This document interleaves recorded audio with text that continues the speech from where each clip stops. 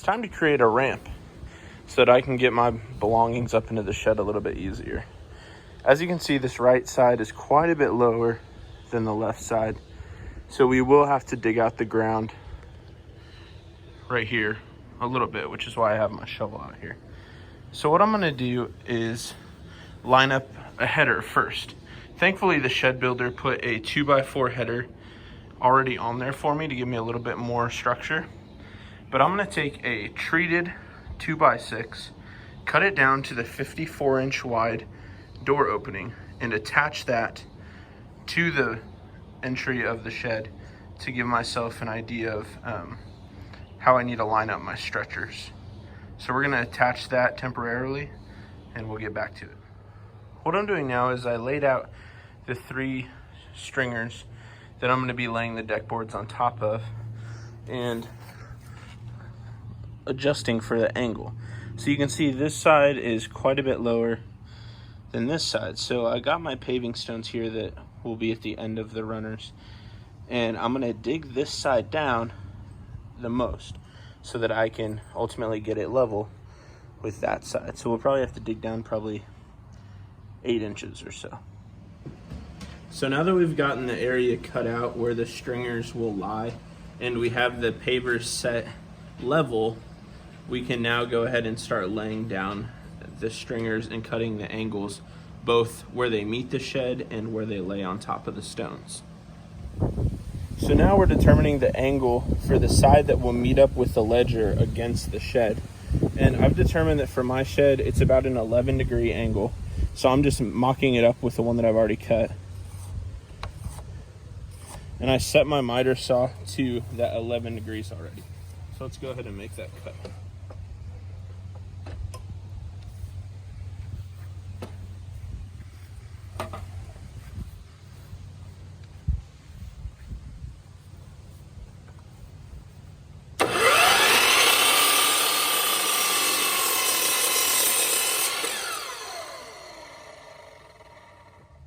So now we take that 11-degree cutoff, and the angles from where it meets up against the shed to where it lies on the block are inverse of one another.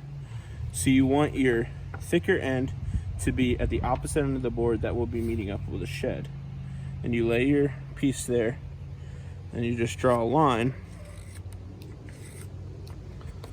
and that will be the smallest amount to give you a flat lying surface on the paver stones that you've previously laid. So now that we lay that board down on the pavers, you can see that it's perfectly flat on the paver stone, as well as being perfectly flat up against the ledger board. So this is what you have to do for each of your runners. So now we have the runners in place after they've been cut. And in order to make sure that they're level, we laid them out and then propped them up underneath them so that we could have them flush against the shed, and then laid our decking material across the top of the runners and then set the level on top to see if it was level. And it is really close. The side of the bubble is right on the edge of the level line, which for this application is actually okay because then the water will run off one side.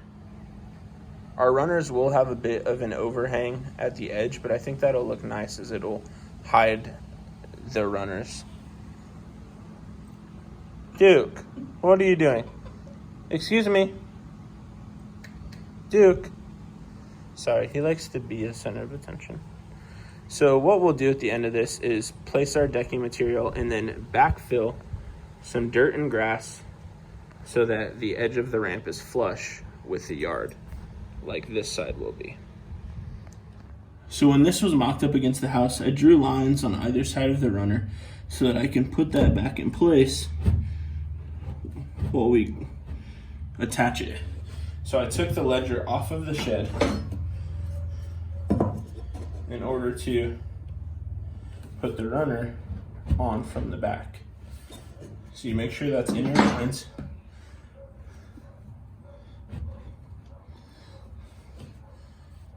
And then you can screw it in from the back side.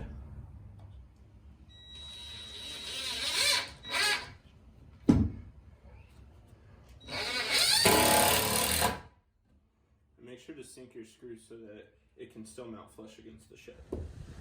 So we got the base of the ramp put together and pulled out and held up to the ledger with one screw. We will then follow up with lag screws to securely hold it in. But as you can see, all of the ends of the runners are centered more or less on their paving stones, and the tops of them are all level with one another.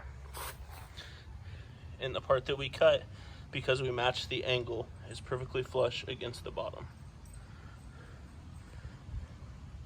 Except for the one on the end, because the wood got chipped because of that knot. So now we're going to go ahead and put in the lag screws. So now that we got the ledger level, we're going to go ahead and use a 13/16 drill bit to pre-drill for the lag screws, because it's a little bit smaller than the threads of the 2.5-inch lag screw. So we're going to do 2 here, 2 here, 2 here, and 2 at that end. So we're going to go ahead and drill these in.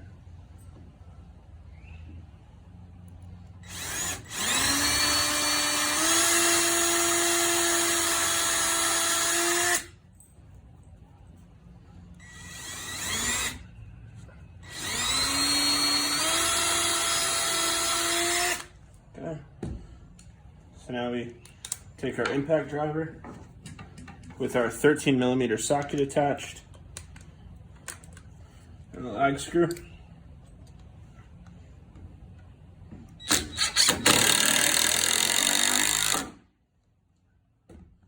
check it for level one more time. And you can see that it's perfectly level.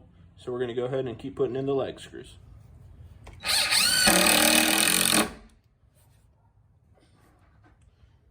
So now that we get our boards cut to 60 inches or 5 feet wide, we just lay them down one after another to create the ramp. And as you can see, the tree growth rings, we want to keep all going facing down, because as the wood dries, it has a tendency to curve in the direction in which it grew. So you want the board to do that so that it sheds water better. And a lot of people will put a gap in between their boards, but I want to keep them together so that when it dries, then it'll create its own little gap. Because right now, they're butted up against each other, but you can still see a little air through them. So we're going to keep going and screwing them together. So we're coming to the end of our stringers here with just enough room for one piece. And you can see there's a little bit of gap. So we're going to take some of the grass that we dug up and backfill in, and then put the grass back so that we have a smooth transition. Because right there it's perfectly level, but over here we'll need to put in some more grass.